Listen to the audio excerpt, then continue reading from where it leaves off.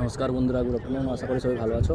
তো আজকের মুভি দেখলাম আমরা, যেটা হচ্ছে তোমার সাঁইয়ারা মুভি। খুব ফেমাস ব্লকবাস্টার, এবং দেখলে যেটা যে অনিত পর্দা এবং আছে আহান পান্ডে, দারুণ একটা ভালো চরিত্রে ওরা মুভিটা উপস্থাপন করলো বলার বাইরে, এবং খুব ভিড় জমেছে।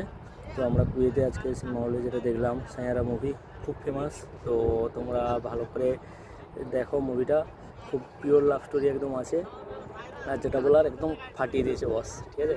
খুব এনজয় করেছি আমরা, এবং জানো কি এতটাই ভিড় এখানে যে টিকিট পাওয়া যাচ্ছিল না। তো এখানে যেহেতু 100-র মধ্যে 90% মানুষ মানে আছে আর কি, যারা ইন্ডিয়া এবং বাদবাকি অন্যান্য দেশ থেকে আসে। তো অনেকে হিন্দি সিনেমা বোঝে, হিন্দি সিনেমা জানে, হিন্দি ল্যাঙ্গুয়েজটা। তো ওরা খুব এসেছিলো আর কি, যার কারণে সিনেমাতে খুব ভিড় হয়। এবং ইন্ডিয়াতে যেটা দেখা গেল যে ফার্স্ট দিনেই হচ্ছে 21 ক্রোড়সের কাছাকাছি প্রায় বক্স অফিস থেকে ইনকাম।